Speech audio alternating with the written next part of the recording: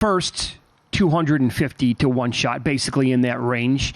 That's the game to kick off tomorrow, and that is Houston playing at Baltimore. They were a dog last week, small, albeit at home, and they got the job done in convincing fashion over the Cleveland Browns. And how much, again, was that Browns defense fugazi compared to being what they were like at home? On the road, they were a totally different defense, and they were obliterated by this very impressive rookie that we have in C.J. Stroud.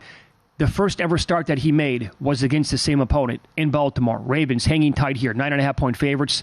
Total is at 43.5. And then you start to look at some of the injury reports for this game. Will Anderson was limited yesterday, as was Sheldon Rankins on the defensive line.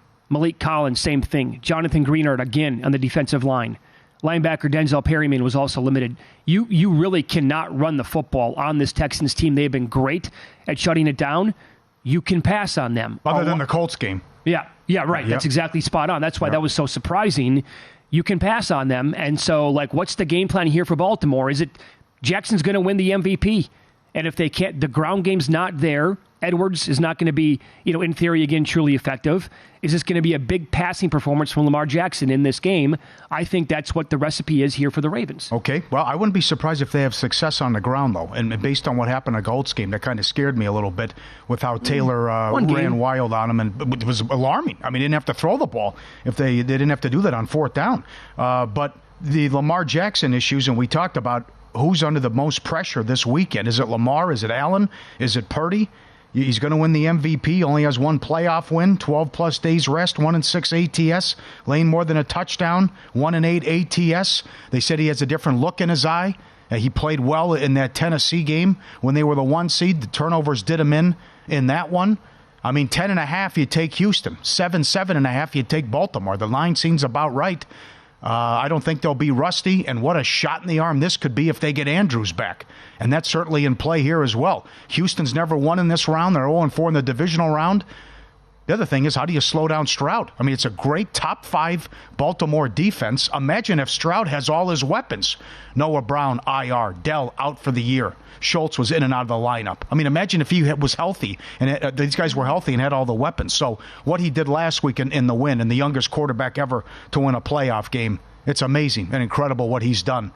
The public is going to be all over Houston, and that's what concerns me here.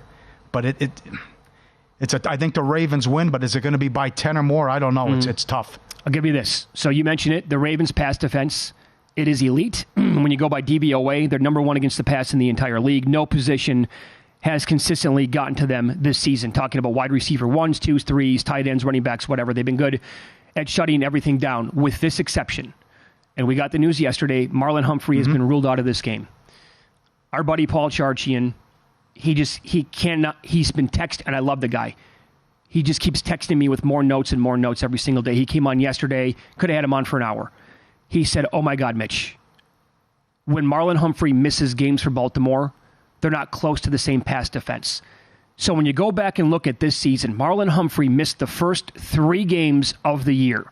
Who did they play to begin the season? Well, that was C.J. Stroud's first ever game. They played Joe Burrow, who was not close to 100% at that point. And they also played Anthony Richardson in his 3rd ever NFL game. The Ravens allowed 184 yards per game only to wide receivers with no Marlon Humphrey. 184 yards allowed to wide receivers over the full season would rank 31st in the NFL. So that is what that dude meant to their pass defense against those quarterbacks I just mentioned for the first 3 games of the season. Who's he throwing to, though? Well, Collins has been... Well, I know, but that's the only guy. Yeah. Charch loves Schultz under receiving yards. So what do you have, 1 catch against Cleveland? So if I'm only throwing to Collins, and that's the only guy he has for the most part, and the Ravens know that, maybe it's going to be a tough day. Number 1 in sacks, great number 1 in turnover differential. They've won 6 of 7, plus 90-point differential. Turnover differential, top 5. This is just a great team with their A game right there with San Francisco. The one thing that would concern me is the last couple of years, these blown leads. So even if they're up big, does Houston come in the back door, and do they make it close?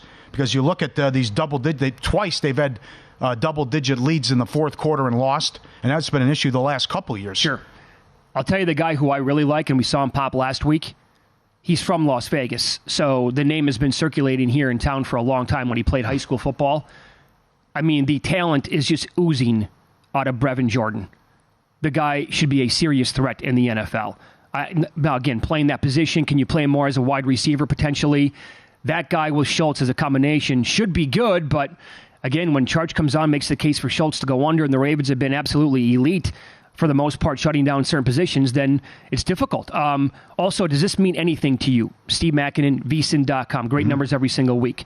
When you talk about rookie quarterbacks going back since 2004, in this spot, when rookie quarterbacks are looking at a point spread of 7 points or more, as is the case in this game, they've only won 29 games. They're 29-169 straight up, and 81-108 and 9 ATS. That's 42.9%.